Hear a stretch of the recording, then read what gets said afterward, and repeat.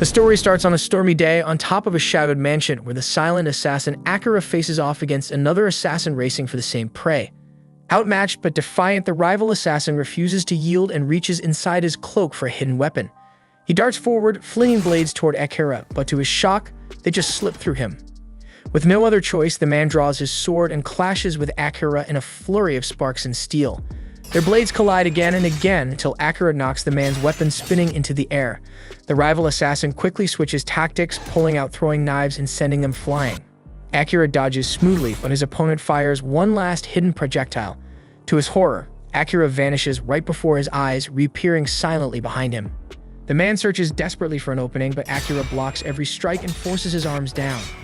In a final attempt, the assassin swings with a kick from his bladed boot, but Akira anticipates the move, pierces his arm, then snaps his leg and sends him crashing to the ground. Though he has a few tricks left, the defeated assassin accepts his loss as his own blade, which is still midair, comes down and lands on him.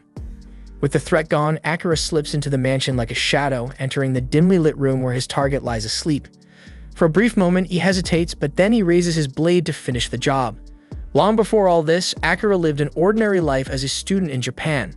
During one typical afternoon, a group of girls invited their friend Tsukasa to join them for lunch. He politely declined, saying he had duties to handle for the student council, which left them impressed by how seriously he took his role as president. Nearby, a girl named Shiori received thanks from classmates she'd had just helped. At the same time, Akira sat quietly, reading a novel on his phone. His friend Nanes walked up and asked if he enjoyed reading isekai stories, but Akira simply replied that he read whatever was free. Laughing, Nanes told him to share any new recommendations before heading off. As Akira watched him go, a few girls whispered, wondering who Nanes had been talking to. As Akira eats alone, even he found it strange that someone actually talked to him, considering how invisible he is to everyone else at school. Without warning, Akira's phone begins to flicker and distort, and a strange, inky darkness spreads across the ceiling of the classroom. The shadows twist into the shape of a glowing circle, and luminous symbols gather beneath each student's feet. Everyone freezes in shock as a bright flash envelops the room. Then in the next instant, they find themselves standing inside an enormous hall. As confusion sets in, a peculiar man in priestly robes steps forward and informs them that the king will arrive shortly. When the priest moves aside, a regal-looking man and a young princess appear before them, prompting murmurs of curiosity among the group. The man introduces himself as the ruler of a distant world called Morrigan. He explains that they've been brought from another realm to aid the Retes Empire, located on the human side of the continent. The kingdom is currently under siege by demonic forces, and the king claims that warriors summoned from another world are the only ones capable of defeating the demon lord. The students, caught up in the excitement, begin to fantasize about their own grand adventure. But the priest cuts through the enthusiasm, stating that only one among them carries the mark of the true hero. To discover who it is, each student is asked to place a hand on a glowing orb that reveals their class. A boy named Waki steps up first and discovers he's been given a class of beast tamer. Though he's not the chosen one, the priest reassures him that his abilities still hold great value. Next, a girl named Yuki learns she's a disenchanter, while Tomoya receives the title of knight. And when Shiori discovers she's a healer, the priest announces that anyone can now check their class and stats on their own without the orb. The students eagerly open their status screens, and Nanes finds out he's a wind-type mage and turns to ask Akira what class he got. Akira responds quietly, revealing that he's been labeled an assassin, but he's baffled by how absurdly strong his numbers are. Then Tsukasa approaches the orb, and it glows brightly as it displays the hero class. The priest reacts with praise, stunned by the potential shown in his stats, and the rest of the students erupt into cheers for their charismatic class president. Akira, however, watches in silence because his instincts tell him something's off. If Tsukasa is the hero, why are his numbers so unimpressive when Akira's own stats are leagues beyond anything he's seen? As Nanes encourages him to show his class, Akira hesitates because he doesn't trust the king or his story about a demonic invasion. Choosing to stay hidden, Akira casts a concealment spell to suppress his presence. Seconds later, Names looks around in confusion, thinking Akira vanished, and walks away, while Isahina opens his status screen. Once everyone finishes checking their abilities, the priest announces that preparations for custom gear are underway and encourages the students to get some rest in their assigned quarters. Relieved that no one uncovered his secret, Akira quietly slips in with the rest of the group, keeping himself hidden under the concealment spell. While moving through the halls, he spots a surveillance device mounted on the ceiling and instantly realizes the king is observing their every move, so it confirms his suspicion that trusting the king would be a mistake. But what Akira doesn't realize, however, is that a knight has been trailing him from the shadows. At night, Akira locates an unused storage room and decides it's a good place to lie low. After settling in, he sneaks back out, determined to gather information. As he surveys the city's unfamiliar skyline, he's struck by how surreal it all feels. This really is another world. He bounds effortlessly between towers, stunned by how far his enhanced abilities have taken him. Midway through his scouting, he picks up the sound of voices nearby and quickly hides himself to listen in. Inside the chamber, the princess is speaking to the king, and she refers to the summoned students as naive kids with rare powers. The king, clearly confident, tells her to move forward with their plan, so she nods and exits the room. Hidden just a few feet away, Akira narrows his eyes, wondering what exactly the king has in mind. He briefly considers ending it right there. He could kill the man before anyone noticed. The king suddenly shivers, sensing something off, but when he turns around, the room appears empty, and he returns to his work. The following morning, Akira remains under concealment while grabbing some food. He debates whether to warn the others, but concludes they wouldn't take him seriously, not when they're so easily convinced by the king's lies. At a nearby table, Tsukasa rises and addresses the rest of the students. He praises the king for giving them powerful gifts and insists they owe it to him to help defeat the demon threat. The group, swept up by his speech, rallies behind him with full support. Watching from a distance, Akira can't help but sigh. They've already swallowed the king's fake narrative. Later in the afternoon, the Royal Knight Commander Saren gathers the new recruits outside for their first training session. He introduces himself with pride, boasting that he serves as the kingdom's final line of defense. His companion Jules steps in to gently remind him not to get too carried away. Saren then explains that all the summoned students will undergo a month-long training program before being sent into a labyrinth to face real monsters. Understanding they lack any real battle experience, he assures them that he'll help guide them through the basics. The students cheer, excited for what's to come, while Akira remains hidden nearby, carefully studying Saren and wondering what his true motives might be. As Akira steps away to search for more clues, Saren leaves the students under Jill's care and slips off the training grounds. Akira then makes his way toward a fountain, only to be startled when Saren suddenly calls out to him. Alarmed, Akira wonders if his conceal ability has a hidden time limit. But Saren assures him the magic is still active, it just doesn't work on him.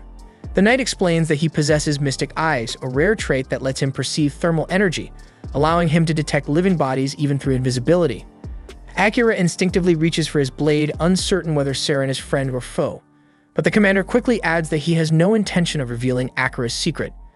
Though Akira knows the knight serves the crown, he still isn't sure if he should place any faith in him. However, Saren insists that he's not working on the king's orders this time because he has his own reasons. Then he makes a request: keep this encounter between the two of them.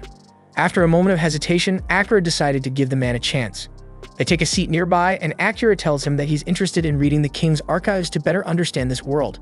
Saren asks what level Akira's concealment skill is, and Akira replies that it's already maxed. Everything else, however, is still at level 1, and he admits he doesn't know how to improve them. Saren raises an eyebrow, then chuckles, saying the library probably wouldn't help much anyway, so he offers to train Akira himself.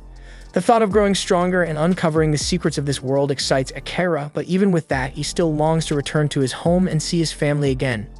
Saren agrees with that goal, but reminds him that until he finds a way back, he'll need strength to survive.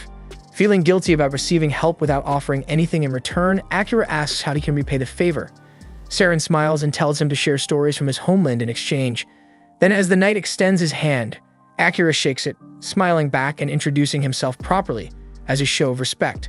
From that day forward, they begin training together, and Akira learns that aside from humans and demons, this world is also home to elves and beast kin. He puts Akira through rigorous drills, explaining that job levels rise only by defeating monsters, but skills can be sharpened with regular practice. As they train day after day, Saren becomes more and more fascinated by Akira's tales of Earth. Listening to his own descriptions of smartphones, planes, and crowded cities, Akira realizes just how much he once took his old world for granted and how strange it feels to miss it now. Sometime later, Saren is sitting in a quiet room with Jules, who curiously asks why he's been spending so much time with Akira. Saren simply replies that Akira's stories about his home world were too entertaining to pass up, and Jules admits he finds them fascinating as well. But when Saren casually mentions that Akira possesses the true hero class and a max-level concealment ability, Jules freezes in shock because only the very first hero in their history had a maxed-out skill like that. Moments later, Akira approaches the room, and Jules politely excuses himself, leaving the two alone. Akira then hands Saren a book he took from the royal archive, noting that it contains some sensitive material. Saren confirms that the book outlines plans to overthrow the king, and explains that he wrote it himself and disguised it as a harmless cookbook, knowing Akira would eventually uncover it. Saren admits openly that the king is a corrupt man who's trying to reshape the world for his own twisted gain. Akira recalls the king's selection program and quietly reflects. Saren then adds that many within the royal knights have doubts about the king's rule. Akira then guesses that they intend to remove him with as little bloodshed as possible, and Saren confirms that. Akira mentions that with his current skill set, eliminating the king wouldn't be difficult, and he had slipped into the royal study on the first day without raising any alarms. But when the opportunity came, he couldn't bring himself to do it. Saren responds calmly, saying that having the assassin class doesn't mean he's obligated to take lives. So Akira quietly reflects that he wouldn't want his family to ever learn he'd become a killer. Saren agrees wholeheartedly, and Akira begins to question why someone like Saren would put so much faith in him. So Saren answers that it's because Akira has shown clarity and instinct, like when he refused to blindly trust the king's story from the start. That single decision in Saren's eyes proved that Akira thinks for himself, trusts his instincts, and doesn't get swayed easily. The room falls quiet for a moment, and Akira finally speaks up softly and says that he's not used to praise.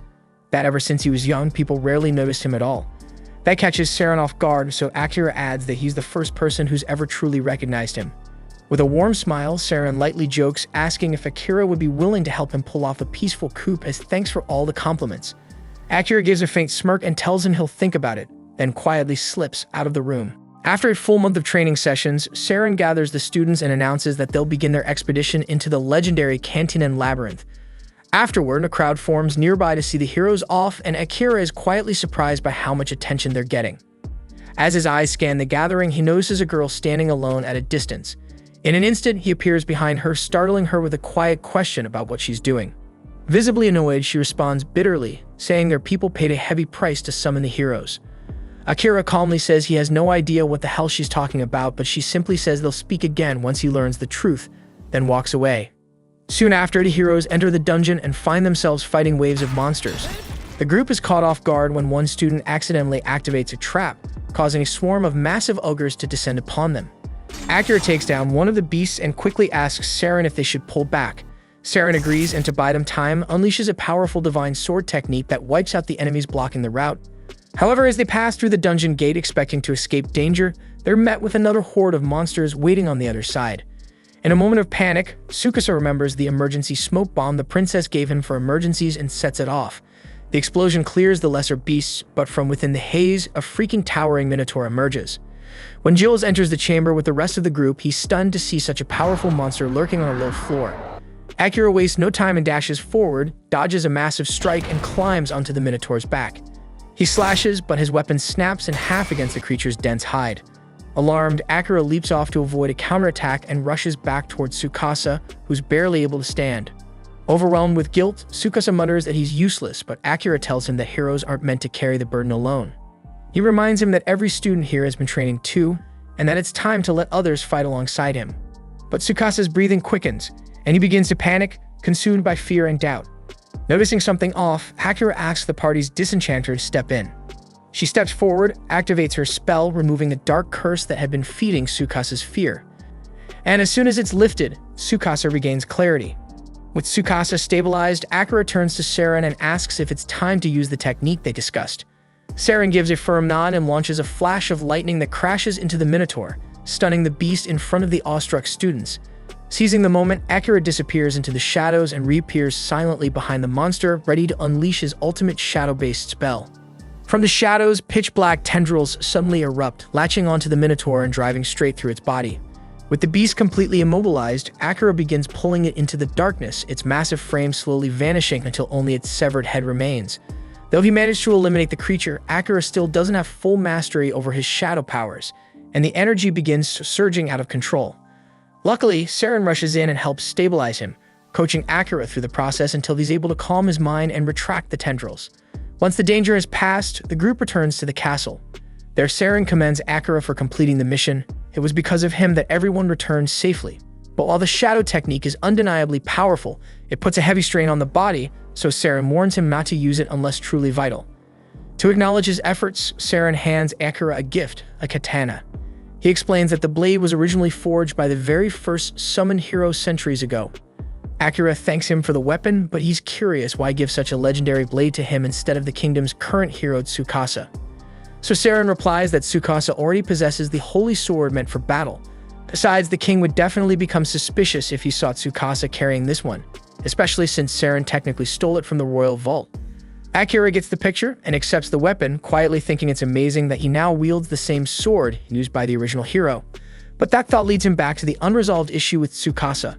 Though they had managed to confirm that he was under a curse and had partially alleviated it with a disenchantment spell, the root of the affliction still remained, so Akira intends to get to the bottom of it. At night, he sneaks into the princess's chambers and finds her mid-ritual, enhancing the curse on Tsukasa with a glowing crystal, her magic steadily transforming him into a mindless puppet. Without hesitation, Akira slices the crystal clean in half, disrupting the spell. That should neutralize the curse at least for now, but Akira isn't finished. With his blade drawn, he places it at the princess's throat and demands to know why she's doing this shit. Her response is cold and mechanical. She claims she's acting for the king's sake. But as Akira looks closer, he realizes something chilling. There's no emotion in her eyes, no will, no intent. She isn't choosing this path, and she's just another victim under someone else's control. Killing her wouldn't make sense, not like this, so without another word, Akira lowers his sword and silently walks away. Still, Akira probably should have finished her off because the moment he leaves, the princess walks over to her closet, revealing a hidden stash of cursed crystals, one for each of his classmates. And without hesitation, she begins activating them. Not long after, Akira brings a few of the shards to Saren, hoping he might know something. The moment Saren lays eyes on them, his expression darkens. He mutters under his breath, frustrated that the king is still pursuing this madness. He tells Akira he's seen these kinds of crystals before. Then he asks if Akira made direct contact with the princess while destroying the one on Tsukasa. Akira admits he did, and he confronted her on purpose, hoping to understand her motivations. Saren shakes his head and explains that there's no real point in trying to reason with her. At this stage, she's nothing more than a tool being manipulated by the king. Still, Saren says Akira has done enough for one night and advises him to get some rest, but not at the castle because things have changed now. With Tsukasa's crystal destroyed, the princess will likely move on to targeting the rest of their classmates. The only reason Akira is safer now is because she doesn't know who he really is. But now that she knows someone is working from the shadows, Saren's certain the castle guard will be conducting a full sweep tonight. So hiding in storerooms won't work anymore. Akira apologizes for blowing his cover without thinking through the consequences, but Saren simply smiles and tells him there's no need to be sorry. Making mistakes is just part of growing up, and it's his job as the adult in the room to help pick up the pieces. Akira nods, thankful to have someone like Saren in his corner. Saren chuckles and says that if Akira truly wants to repay him, then he better bring him along when he figures out how to get back to Japan. That night, Akira sleeps up in one of the trees outside the castle, but his rest is cut short by the sound of chaos echoing through the courtyard at dawn. Curious, he sneaks back to see what's going on. He spots a group of guards gathered around with a few of his classmates. Among them is Tsukasa, who lights up the second he sees Akira approaching. He looks relieved, but also deeply shaken. Akira's heart lifts for a second, happy to see that Tsukasa appears to be free from the curse, but the look on his friend's face immediately tells him something is wrong. Tsukasa runs up to him in a panic and asks where he's been. Akira casually replies that he was just resting, but asks what happened here. He was expecting something minor. Instead, his eyes fall on the scene behind the crowd, and he freezes. Commander Saren is lying motionless on the ground with a dagger buried in his heart. Akira collapses to his knees, overwhelmed by the sight of Saren's body. His voice cracks as he demands to know who could have done something like this. But before anyone can answer, his classmates suddenly turn against him. One after another, they start accusing him of being the killer. The dagger lodged in Saren's chest looks just like the one Akira had been using the day before. It would be strong evidence, except all of them saw that same dagger shatter during the Minotaur battle, so there's no way this one could be his. Still, that doesn't stop them, and they insist Akira's behavior has always been suspicious, constantly vanishing and reappearing whenever he wants, so that's reason enough for them. Akira quickly realizes what's happening. The princess must have cursed the entire class, and the only one still acting normal is Tsukasa. He tries to speak up for Akira, saying there's no proof to accuse him of something this serious, but before he can say much more, the king arrives. With a cold, commanding tone, the king announces that Akira is guilty of high treason for assassinating Commander Saren. He gives a direct order. Akira is to be executed on the spot. Akira glances at the princess, and in that split second, he catches the faintest smirk curling at the edge of her lips, and right away, he realizes the whole thing is a setup. There's no point trying to explain anything because no one will believe him. As the guards move in with their weapons drawn, Akira activates his concealment skill, vanishing before their eyes. Furious, the king orders his men to sweep the entire castle, and he wants Akira found now. Meanwhile, Akira silently moves through the shadows and approaches Jules, one of the few people he knows he can trust. Once Jules notices him, he quietly tells Akira that the ones who really killed Saren were the king's own assassins. And now that Akira is a target, he needs to escape fast. Jules then adds that Saren had a feeling something like this might happen, so he left behind a bag of supplies just in case. Akira thanks him, grabs the supplies, and escapes the kingdom. Later that evening, the king and princess meet in secret to discuss how smoothly their plan has gone. The king admits he didn't expect it to be this easy to get rid of Saren. But thankfully, the assassins did their job cleanly. The princess informs him that the rest of the class, except Tsukasa, is now fully under her curse. The next step is to find a reason to launch a war with the Eastern nation. The king says the students will be perfect tools for that war, and as for the one who slipped away, he doubts some kid could survive alone out there. But just to be sure, he tells the princess to send the Megravens, his deadliest assassins, to track him down. At the same time, Akira had just reached the dungeon. Just like Saren once said, it's the best place to stay hidden when you're being hunted. No one in their right mind would think to check a dungeon just to chase after someone, so it should serve as a decent hideout. But food and water are scarce down here, so he'll have to be cautious. Even though Akira can cloak himself with his concealment skill, plenty of monsters still exist that rely on enhanced senses like smell and hearing. But as he continues to grow stronger and his assassin class ranks up, he'll eventually be able to erase all traces of scent, silence his steps, and even suppress body heat, making himself nearly invisible. Boss rooms appear every 10 floors, and once you're inside, the only way out is to kill the boss. It's a major gamble to enter one alone, but Akira doesn't exactly have the luxury of waiting things out. As he walks deeper into the dungeon, he's immediately attacked by a chimera. At first, he manages to dodge its claws and fangs, but then its snake tail spits a jet of venom, catching him off guard and striking his leg. The poison slows him down and he can't maneuver like before. That gives the beast an opening, and it slashes his back, drawing blood. Just as it prepares to go in for the kill, Akira unleashes his trump card and shadow magic erupts and completely consumes the chimera in a single blow. With that, he defeats the dungeon's first boss. But the combination of his injuries and the toll of using the shadow spell leaves him barely clinging to life. Recognizing that its master is in danger, the shadow energy automatically shifts into regeneration mode, patching his wounds while he's unconscious.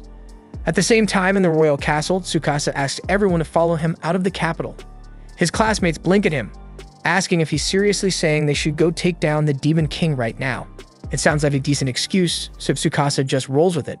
But his classmates immediately shut him down, telling him to sit back down and stop dreaming because they're not going anywhere. That reaction confirms what Saren warned him about before his death. The curse is real, and it's controlling their minds. If that's true, then Tsukasa realizes he'll have no choice but to leave on his own. But unexpectedly, a few of his classmates step forward and say they'll come with him. And a few hours later, that small group is standing with Tsukasa just outside the city border. They're a bit stunned that leaving the city was so easy, but when they think about it, it makes sense. Their excuse was that they were heading off to fight the Demon Lord, and it wouldn't look good for the king to stop his own heroes from completing their assigned duty. With that settled, Tsukasa turns to the others and asks why they chose to come along, especially when everyone else refused to even consider it. Yuki replies that she doesn't believe anyone in their group is under the princess's influence anymore. Asahina then speaks up, saying that he thinks he might help break the curse somehow. He's not entirely sure why, but he has a blurry memory of sneaking into the princess's chamber and smashing several crystals. We later learn that the one behind that action was actually Jill's. He had used his manipulation ability to temporarily take control of Asahina's body in order to dismantle the curse. And while he wasn't able to free everyone, he's at least relieved that he could carry out Saren's final wish. As the group finally steps beyond the kingdom's borders, Asahina finds himself thinking about Akira. He deeply regrets not trying to find him sooner while he was still hiding within the castle. Even if he had been under a curse, he still feels horrible for not defending Akira when he needed it most. Back in their original world, most of the class hadn't spoken to Akira much at school, but one day while walking home, Asahina happened to run into him on a construction site. It was their first time meeting outside the classroom. Akira had asked him to keep the job a secret because he didn't want his younger sister to find out. Asahina agreed without hesitation since he also had a little sister to look after. Coincidentally, both of their sisters happened to be close friends and the two boys had laughed about it at the time. Back in the dungeon, Akira finally regains consciousness. For some reason, the first thing that comes to mind is a dream, one that reminded him of the day he met Asahina, so he sincerely hopes Asahina is okay. He also finds himself thinking about his mother and sister back in Japan. But once that moment passes, something odd dawns on him. He's not in unbearable pain. Even though he clearly remembers getting slashed across the back by the chimera, he doesn't feel nearly as bad as he should. Calling up his status screen, Akira notices something surprising. His stats have improved significantly after the fight with the Chimera, but what really shocks him is his HP since it's nearly full, even after the serious injuries he took. He also spots that his shadow magic has jumped to level 3, and he can't figure out how it rose so much after a single use. Still, there's no time to dwell on it right now, so he gets back on his feet and prepares to move forward. Deeper into the dungeon, Akira encounters a massive slime blocking the passage. After slicing it open, he's stunned to find a beautiful elf girl trapped inside. Thinking this is a good chance to test out one of his newly unlocked abilities, he activates World's Eye, a skill that instantly floods his mind with everything about the target's life. But there's way too much information pouring in at once, and the overload becomes unbearable. He's forced to cancel the skill partway through before his brain fries from the sheer volume of knowledge. Looking at her status, he notices her HP is dangerously low, barely at 2%. Akira gently lifts her and carries her up to the 69th floor, where there's a calm water pool. He sets her down to rest and recuperate. Sometime later, she stirs awake, and Akira offers her water to help her recover. He tells her to try and get more rest, but she admits that she's too hungry to sleep. So he whips up a bowl of warm porridge and hands it to her. Grateful, the elf girl, who introduces herself as Amelia, digs in without hesitation. Once she finishes, she looks around and asks how she ended up here, since her last memory was being much deeper in the dungeon. Akira tells her he carried her up to the nearest water source so she could recover safely. She's surprised by his kindness, admitting that no one has ever gone out of their way to help her like that, not even once. A few hours pass and Amelia is back in top form. Together, they descend all the way to the 80th floor. Akira starts to wonder why she's still tagging along, and he figures she'd want to return to the surface after everything. But Amelia tells him she has no intention of leaving. She came down here to conquer the dungeon herself, and she's not leaving until that goal is met. Eventually, they enter the boss chamber, and the moment they step inside, a massive dragon lunges at them. They leap in opposite directions to avoid being flattened. Amelia reacts first, using gravity magic to pin the creature down, giving Akira a chance to strike. But just as he gets close, the dragon locks onto him and swats him out of the air. From the ground, Akira hears Amelia shout, telling him the dragon is tracking his mana signature, so he needs to disperse it throughout the environment. Problem is, Akira doesn't know how to do that. So instead, he improvises, pulling in surrounding mana and unleashing it as a raw blast of energy before rushing in and driving his blade straight through the dragon's eye, ending the battle. The dragon collapses, lifeless, but Amelia looks at Akira, baffled by what he just did. He explains that since he didn't know how to hide his own mana, he just used the ambient mana around them as a weapon instead. She stares at him in disbelief because normal people can't do that. But before she can ask how he pulled it off, the dragon's body suddenly starts to glow brightly. The dragon then suddenly shifts form, transforming into an enormous blue cat, leaving both Akira and Amelia completely baffled by what they've just seen.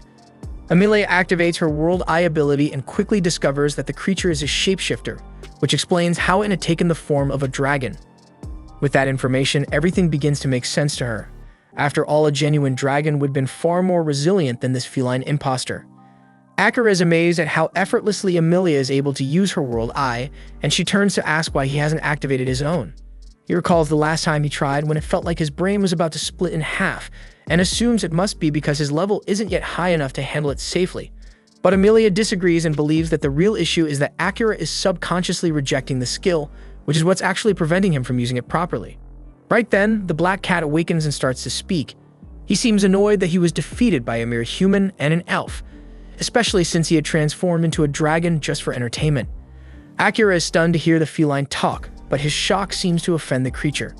The cat sternly tells him not to lump him in with the mindless, low-level beasts driven solely by instinct because he is a higher being, created directly by the demon lord himself.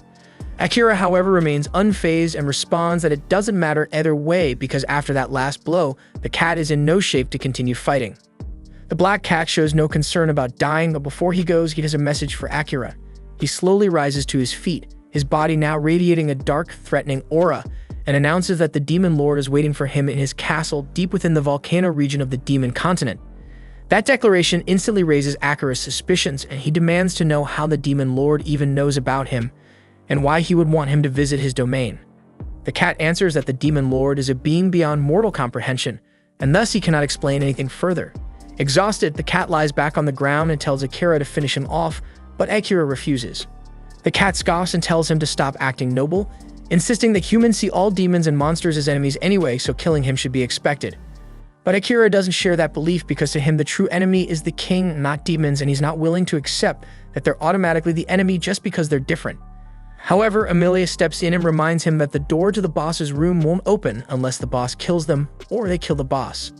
The cat agrees with Emilia's logic and sarcastically asks Akira if he's planning to starve to death in this room. Curious, he questions why Akira refuses to kill him, and the response is both unexpected and strangely simple. Akira explains that he's a cat person, and unlike other monsters, this one can actually speak. So he's convinced there must be a workaround that allows them to leave the boss room without resorting to killing the creature. That's when Emilia recalls an alternative method. If Akira forms a contract with the black cat and accepts him as his familiar, the creature will no longer be recognized as a boss, which will cause the room's door to unlock. The black cat scoffs at the suggestion, mocking the idea by stating that only a seasoned magic user with precise mana control could ever perform such a ritual, and he doubts Akira has the capability. Emilia disagrees and reveals that Akira has already surpassed the minimum requirement for the ritual, and she reminds the cat of how Akira previously separated his mana from his body in order to disorient him, an advanced maneuver only the first hero has ever pulled off. She believes Akira is more than capable of completing the ritual, although she admits she can't guarantee his success. Akira then asks what happens if he fails, and the black cat warns that either one of them will die, or in the worst case, both of their lives may be lost. Despite the risk, Akira is ready to go through with it, though the cat remains confused as to why he would even take such a gamble. With a resigned tone, the cat tells him to go ahead, claiming he no longer cares whether he lives or dies. That cavalier attitude irritates Akira, who snaps back at the cat's indifference toward life. But the feline calmly replies that continuing to live holds no meaning for him anymore. Akira decides to address that mindset later, but for now he turns to Emilia and asks how to begin the ritual. She explains that the first step is to give the cat a new name. After a moment of thought, Akira names him Night, inspired by the cat's dark fur that reminds him of the night sky. The cat remains silent, showing no reaction to the name, so Akira proceeds to the next step, infusing mana directly into Night's paw. Emilia warns that once the mana transfer begins, there's no turning back. If Akira loses control during the process, it could very well cost him his life. But Akira doesn't hesitate, and he's confident in his ability to succeed. The moment he begins pouring mana into the cat's paw, he's hit by a sudden and overwhelming wave of energy. He quickly realizes that this surge is the power housed within the cat. But before he can steady himself, his vision shifts violently, and he finds himself plummeting toward a city engulfed in flames. Horrified, Akira watches the terrifying scene unfold, and amidst the chaos, he sees Night mercilessly tearing through the city, slaughtering anyone who tries to flee. Akira attempts to stop him, but Night launches an attack with a torrent of dark mana that strikes Akira with devastating force. As Akira pulls himself back up, Night urges him to stop hesitating and just end it, saying it's the only way he'll be able to leave this place alive. But even then, Akira still can't bring himself to strike the cat. Seeing this, Night launches another assault, slashing him hard with his powerful claws. The pain Akira suffers inside the dream world begins to affect his real body too, and at last he makes the decision to fight back. He hurls his dagger at Night, but the cat bats it aside with ease and starts channeling his dark energy to end the battle swiftly. Akira charges forward, but instead of landing a blow, he deliberately takes the hit, allowing Night's claws to pierce straight through him. The black cat stares at him stunned and asks in disbelief what the hell he is trying to do. Akira responds calmly, saying he still refuses to kill him, and that deep down he knows Night doesn't want to hurt anyone either. Night scoffs, reminding him that he's still a monster. Even if he has intelligence, his instincts constantly scream at him to destroy anything that stands in his way. But Akira sees through that facade, and he knows that Meg is exhausted from the endless cycle of killing, and he tells him that he no longer has to fight those urges alone.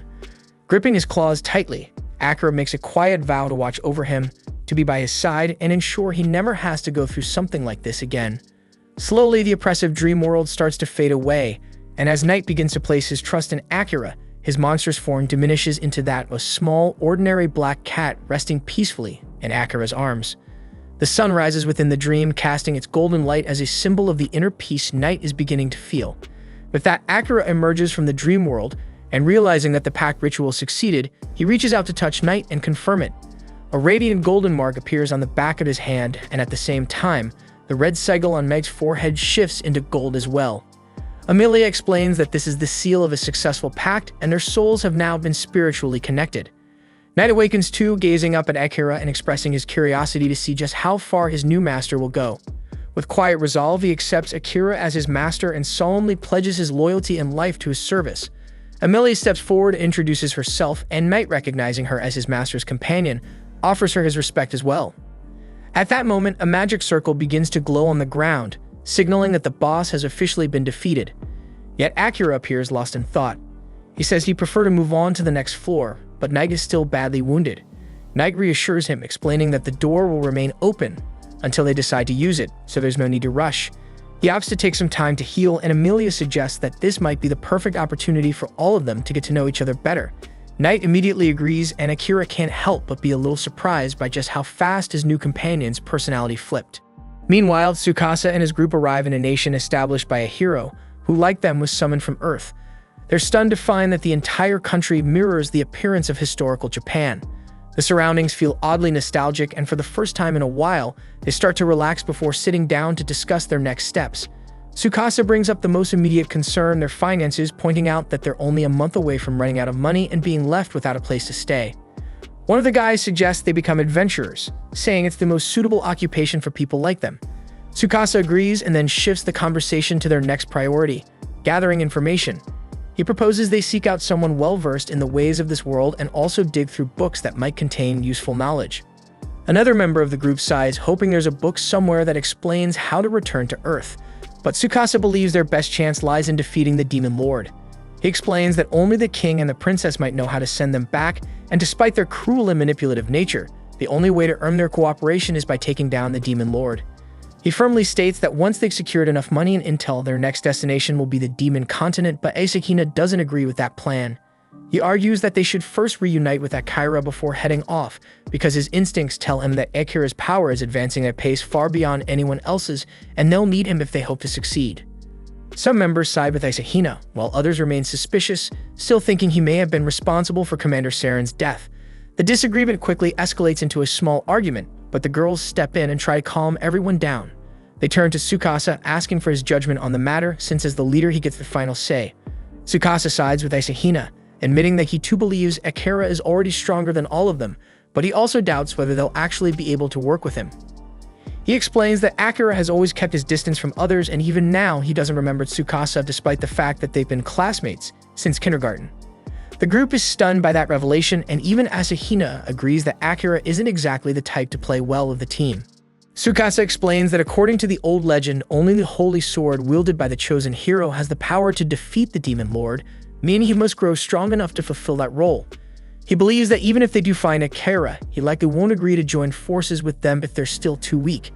That's why Tsukasa decides it's best to stay in this country for now, giving everyone time to train and grow stronger before attempting to reunite with him. Meanwhile, Amelia opens up to Akira and Knight, sharing the story of her past. She reveals that her own sister forced her out of their homeland, and the soldiers who once served under her became relentless in their pursuit to kill her.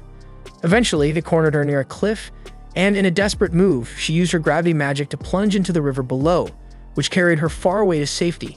But she was badly injured and utterly exhausted, and that's when a black slime appeared and swallowed her whole. The next thing she remembered was waking up inside the dungeon moments after Akira had rescued her. Akira feels sympathy after hearing her story, but Knight picks up on a few strange details. He points out that slimes typically don't devour people, and even if one had swallowed Amelia, she would have been digested long before Akira found her. Amelia admits that she doesn't fully understand it either, but she's thankful to that slime regardless, because it somehow brought her to Akira. Akira gently tells her that she should consider returning to her homeland and trying to reconcile with her sister, but Amelia has already given up on that idea. She says she doesn't have the strength to face her sister again. Akira reassures her, saying things tend to work out between siblings because no matter what happens, they're still family. He adds that he has a sister too, and even though she's constantly giving him a hard time, he still cares about her deeply. Amelia and Knight then ask if Akira wants to return to his own world and see his family again. Akira says yes, but not yet because there's something he needs to take care of first. He begins to talk about Saren, the man who taught him how to survive in this world, and as he recalls the betrayal that took Saren's life, his emotions boil over. His voice sharpens with rage as he swears to kill both the king and the princess for orchestrating Saren's assassination. The fury behind his words sends a chill down Amelia and Knight's spines, and Amelia shouts his name, jolting him back to his senses. As the storm inside him subsides, both Amelia and Knight reveal that they know the name because Saren was once a renowned knight commander known across the land.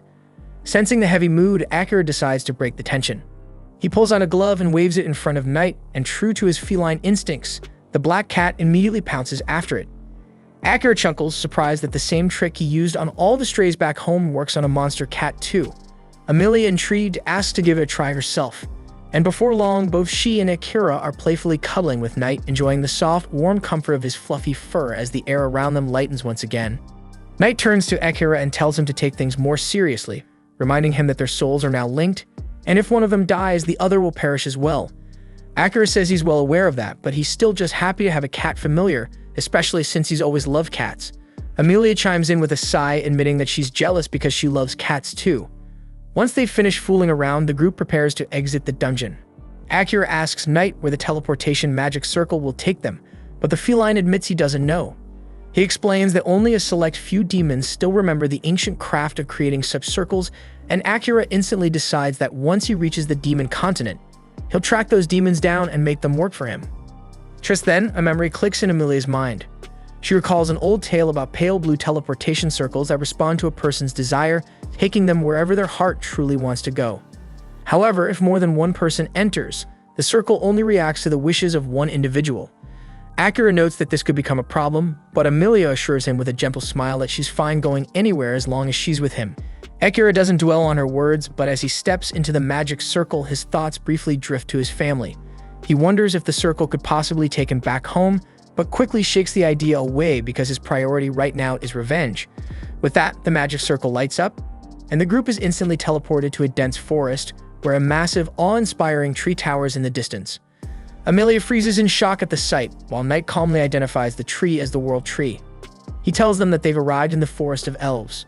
Amelia is stunned they ended up here, but Akira finds it to be a welcome turn of events. Suddenly, an arrow flies through the air, aimed directly at Amelia. Fortunately, Akira spots it just in time and swiftly pulls her out of harm's way.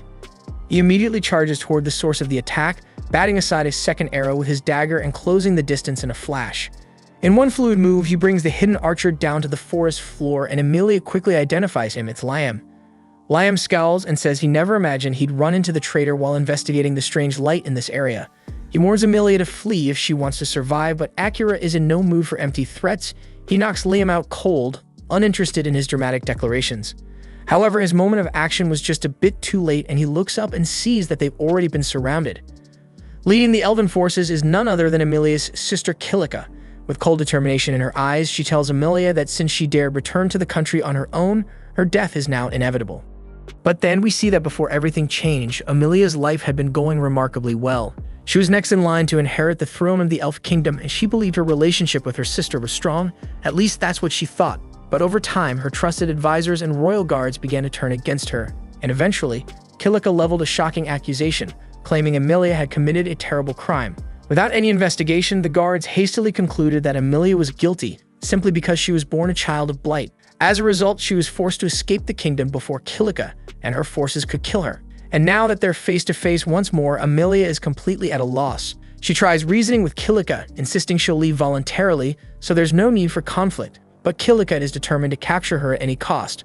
Before Kilika can make a move, however, Akira steps forward and positions himself protectively in front of Amelia. Kilika sharply questions Akira, demanding to know who he thinks he is to meddle in elven affairs.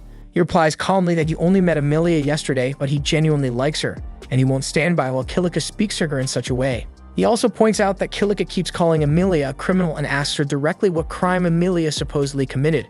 In response, Kilika rolls up her sleeve to reveal a deep, discolored bruise stretching across her arm. She claims that Amelia once gave her a potion that was secretly laced with poison, an act that even within royal bloodlines is absolutely unforgivable.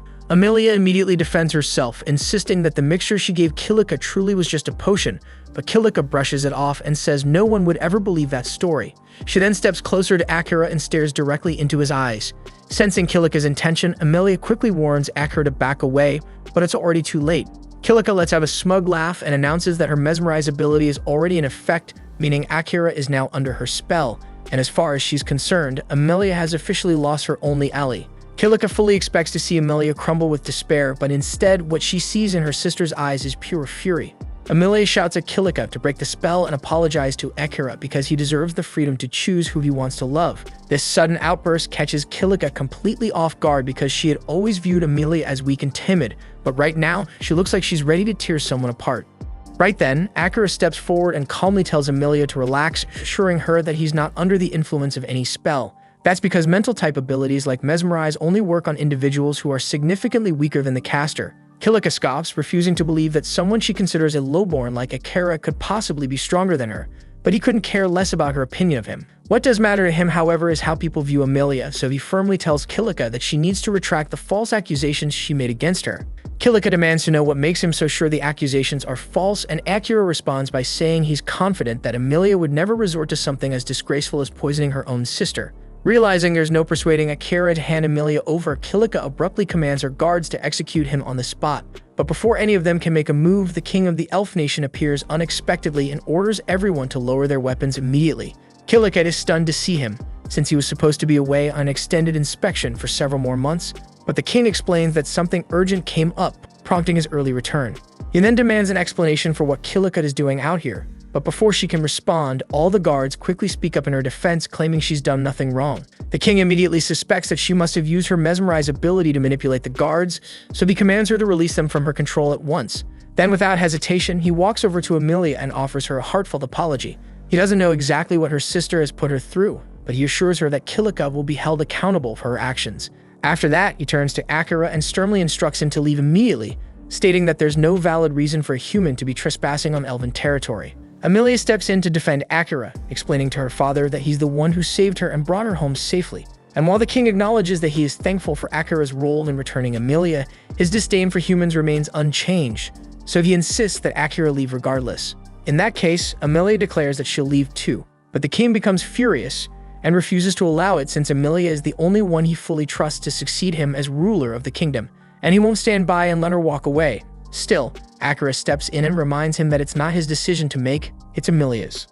The king firmly tells Akira to stay out of the matter, insisting it doesn't concern him, but Akira isn't one of the king's subjects, so he sees no reason to follow that command. In fact, he states plainly that he's more than ready to make the king listen by force if necessary, and judging by what Akira just did to Liam, who's still lying on the ground, the king can already tell he isn't bluffing. That said, the king has never been one to shy away from a challenge, so he formally proposes a duel to Akira, under the condition that the loser must obey the victor's commands. Akira agrees without hesitation, and with the challenge set, the king declares that the fight will take place at the base of the holy tree, in keeping with elven custom.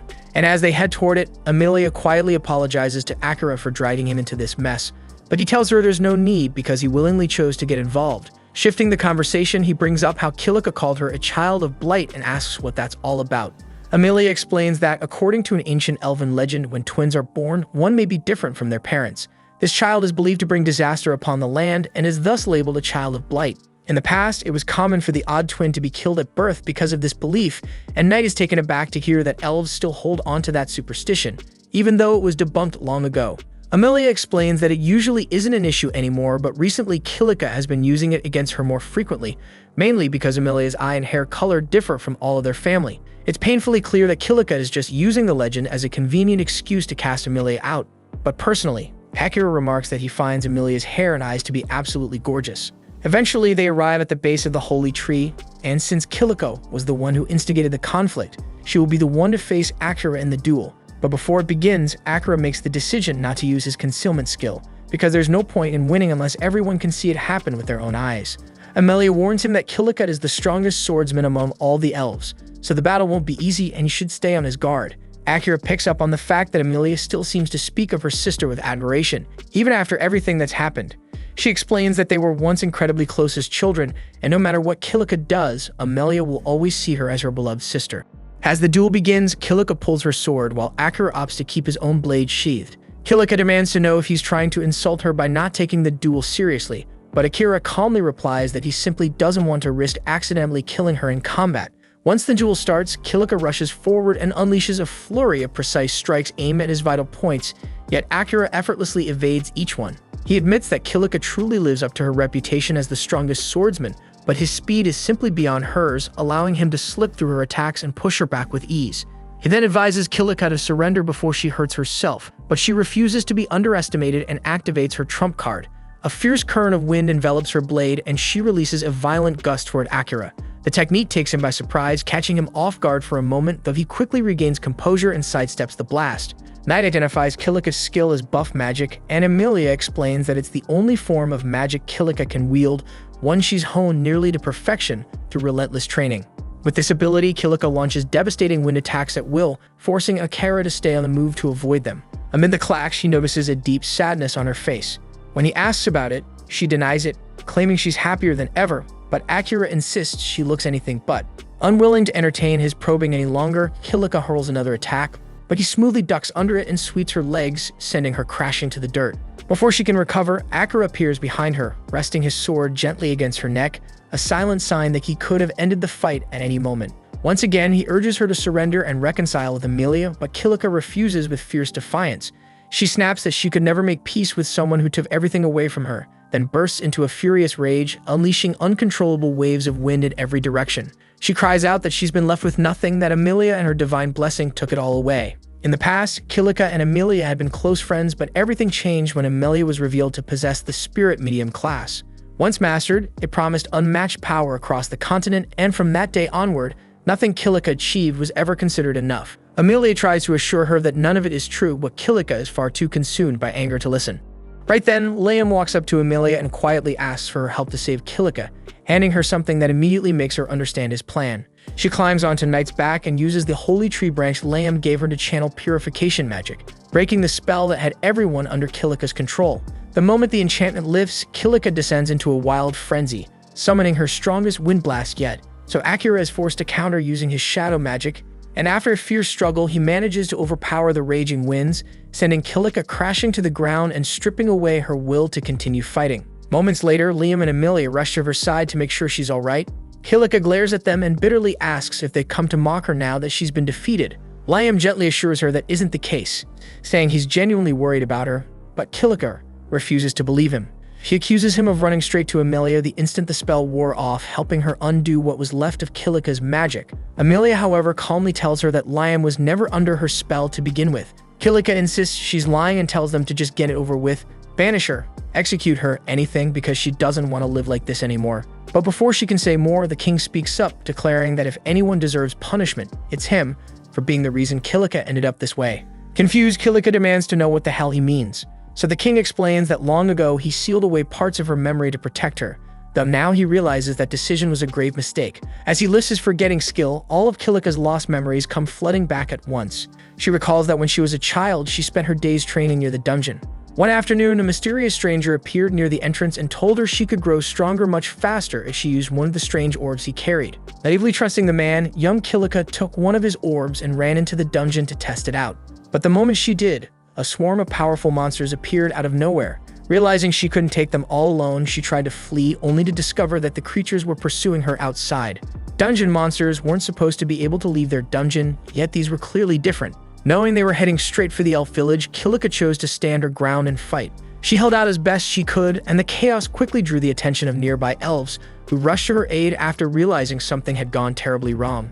Liam was the first to arrive, but tragically he was immediately impaled through the torso by a goblin, leaving Kilika to watch helplessly as her friend died right in front of her. The trauma and guilt from that moment nearly shattered Kilika's mind, so the king decided to seal away those memories to protect her from the devastating truth. Also, Liam wasn't the only casualty from that battle, but the situation was ultimately salvaged thanks to Amelia, who used her spirit medium abilities to craft 2 advanced spells, gravity magic and resurrection magic. And with them, she was able to bring back everyone who had fallen, ensuring that no lives were truly lost that day. But because Kilika remained the only one unaware of what really happened, those who had been involved slowly and unintentionally began to drift away from her. So Kilika misinterpreted their distance, assumed they had lost interest in her simply because she wasn't a spirit medium like her sister. Overcome by the truth, Kilika collapses in tears, heartbroken that she ended up turning her own sister into an enemy over nothing more than a freaking painful misunderstanding. But Amelia gently tells her that's not true because no matter what happened, she could never bring herself to truly hate Kilika. Kilika knows she has a lot of making up to do for the pain she caused her sister, but Amelia reminds her that in the end, they are still family, and in her heart, nothing will ever change that shit. Later that night, a grand feast is held to celebrate Kilika's change of heart. The king personally thanks Akira for helping bring peace back to their family. As promised, he gives Amelia the freedom to decide her own future, even if that means she chooses to leave on a journey with Akira. On that note, the king asks Akira what his next destination will be, and Akira replies that he plans to head to the Beast Continent, since Mike mentioned it's one of the best places to find high-quality equipment and weapons. At the same time, Asahina and the rest of Akira's classmates are seen boarding a ship bound for the Beast Continent as well. They had originally intended to stay put and wait for Akira to catch up with them, but by now they've grown so strong that the monsters in the Yamato dungeon no longer offer any experience. So rather than waste time standing still, they decided to travel to the Beast Continent and upgrade their gear in preparation for whatever comes next. This was the end of episode 4. Subscribe to not miss the next episode.